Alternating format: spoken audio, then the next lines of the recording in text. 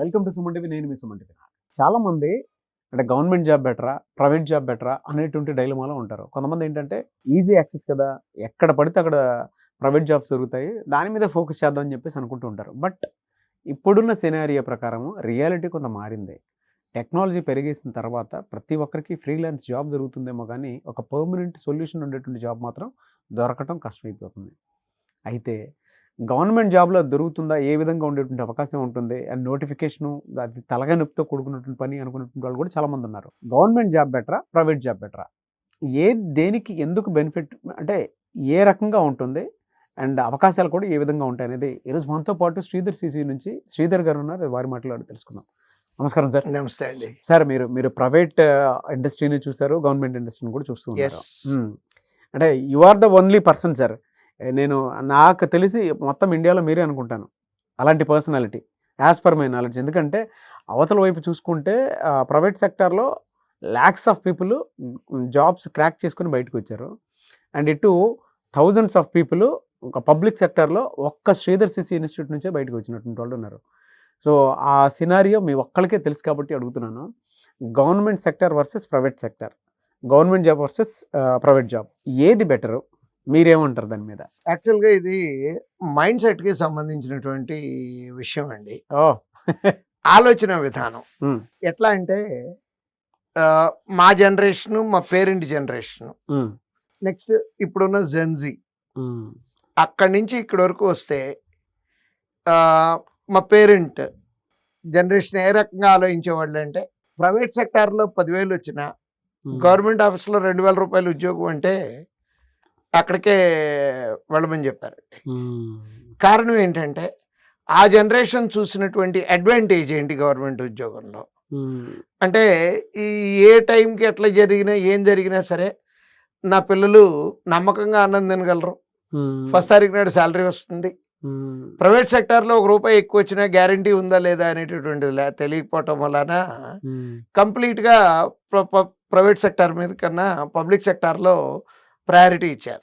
తర్వాత కొన్నాళ్ళు పోయిన తర్వాత ఈ సాఫ్ట్వేర్ ఇండస్ట్రీ భూమిలో కొద్ది రోజులు పేరెంట్స్, ఈ స్టూడెంట్స్ కూడా ప్రైవేట్ సెక్టార్ వైపు మొగ్గు చూపారు. కారణం ఏంటంటే పబ్లిక్ సెక్టార్లో ఎంత పని చేసినా అదే జీతం అనుకున్నారు. కానీ ఈ కోవిడ్ తర్వాత ఆలోచన విధానం మారిపోయిందండి, పేరెంట్స్లోను పిల్లల్లో కూడా. ఓ చిన్న ఎగ్జాంపుల్ చెప్పాను.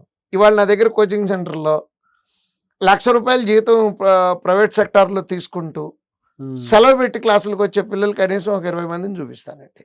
₹1,00,000 జీతం వస్తుంది కదా అన్న, నీకు ఎందుకు మళ్ళీ బ్యాంక్ క్లర్క్ అంటే, సార్ తట్టుకోలేకపోతున్నామండి. ఏం తట్టుకోలేకపోతున్నాం అన్న, టైమింగ్స్ మ్యాచ్ అవ్వట్లేదండి, మా ఆవిడతో మాట్లాడుకోవటానికి టైం కోసం ఎత్తుక్కోవాల్సి వస్తుంది, నా పిల్లలతో లాస్ట్ ఎప్పుడు మాట్లాడానో గుర్తెచ్చుకోవడం కొంచెం కష్టం అవుతుంది, ఇలాంటి ఇబ్బందులు ఉన్నాయి నాకు. పబ్లిక్ సెక్టార్ అనుకోండి, ₹1 తక్కువ వచ్చినా నేను ఏ టైంకి ఆఫీస్కి వెళ్ళాలి అనేది నాకు తెలుసు, నేను ఎంతసేపు పని చేయాలి అనేది నాకు క్లారిటీ ఉంది. ఈ రకమైనటువంటి ఆలోచన విధానం కొంచెం ఎక్కువ పెరిగిందండి కోవిడ్ తర్వాత. నెక్స్ట్ అందుట్లో ఈ మారుతున్న టెక్నాలజీ అనుకున్నాము. ఈ టెక్నాలజీ మూలాన అంటే ఏఐ రావటంతో ఈ ప్రైవేట్ సెక్టార్లో majority of the industries cost కటింగ్కి వెళ్ళిపోయినాయండి. ఆపర్చునిటీ దొరుకుతుంది వాళ్ళకి. సో కాస్ట్ కటింగ్ అనేటప్పటికీ ఏ లెవెల్లో ఉద్యోగాలు తీయాలి అనేది డిసైడ్ చేసుకొని సింగిల్ మెయిల్తో ఉద్యోగాలు తీసేస్తున్నారు. అదే పబ్లిక్ సెక్టార్ అనుకోండి, వన్స్ ఉద్యోగం ఇచ్చిన తర్వాత ఈవెన్ ప్రైమ్ మినిస్టర్ కాంట్రేమో మనం తప్పులు చేయనంతకాలం మన ఉద్యోగాలు ఎవరు తీయలేరండి. అంటే ఒక స్టాండర్డ్ లైఫ్. అంటే ప్రైవేట్ సెక్టార్ బాగుండదా అంటారేమో, ప్రైవేట్ సెక్టార్లో బాగుండే చాలా ఉన్నాయండి. సింపుల్గా చిన్న ఎగ్జాంపుల్ మాట్లాడుకుందాం. సుందర్ పిచ్చయ్య గారు, ఆయన జీతం ఎంతండి వాళ్ళ? 1,400 కోట్ల రూపాయలు సంవత్సరానికి. అవునండి. పబ్లిక్ సెక్టార్లో ఎక్కడ వస్తుందండి? రాదు కదా, రాదు. అట్లా ఆయన సుందర్ పిచ్చయ్య గారు ఎంతమంది ఉన్నారు ప్రైవేట్ సెక్టార్లో? 0.1%. అవును. కానీ ఆ 0.1%లో ఉండగలిగే క్యాలిబర్ కనుక మీలో ఉంటే ప్రైవేట్ సెక్టార్లో బాగుంటుందండి. కానీ అందరూ ఆ రేంజ్లో ఉండలేం కదా. అవును. సో కాబట్టి అంటే ఇండియన్ మెంటాలిటీ అంటే రిస్క్ తీసుకోవటం కన్నా cool comfort professional life personal life రెండు కావాలి అనుకునే వాళ్ళకి పబ్లిక్ సెక్టార్ చాలా బాగుంటుందండి. ఎందుకంటే నమ్మకంగా మన వర్కింగ్ టైమింగ్స్ తెలుసు, నాకు ఏ రోజు సెలవో తెలుసు, నేను ఎంత పని చేయాలో తెలుసు, క్లారిటీ ఉంటుంది. రెండిటిని కొడుకు ఏం చదువుతున్నాడో వాళ్ళ ఆవిడని అడిగి కాకుండా సొంతగానే తెలుస్తుంది. ట్రూ. అంటే అవునండి, అవును. ప్రైవేట్ సెక్టార్లో తెలీదా అంటారేమో, చాలా మందికి తెలియదండి. నేను ఒకసారి అంటే నా గురించే మాట్లాడుతున్నాను. నేను నా కూతుళ్ళు స్కూల్లో పేరెంట్ మీట్కి వెళ్తే నా కూతుళ్ళు నాకు ట్రైనింగ్ ఇచ్చి తీసుకెళ్తారండి. అవునా సార్? తీసుకెళ్ళారు. ఎలా అంటే, నాన్న నేను 6th క్లాస్ G సెక్షన్, నా పేరు చిన్నోడు కాదు, నా పేరు సాహిత్య అని నాకు లోపలికి వెళ్ళేటప్పుడు చెప్పేదండి. మీ అమ్మాయి ఏ క్లాస్ అని అడిగితే మళ్ళీ దాని ఇంకా చూస్తే సీరియస్గా అరిసేది. అంటే నేను ప్రైవేట్ సెక్టార్లో ఉన్నాను. అవును. నాకు విపరీతమైన పరిమితి. నేను రోజుకు 15 గంటలు పని చేస్తే కానీ నా లైఫ్ వెళ్ళదు.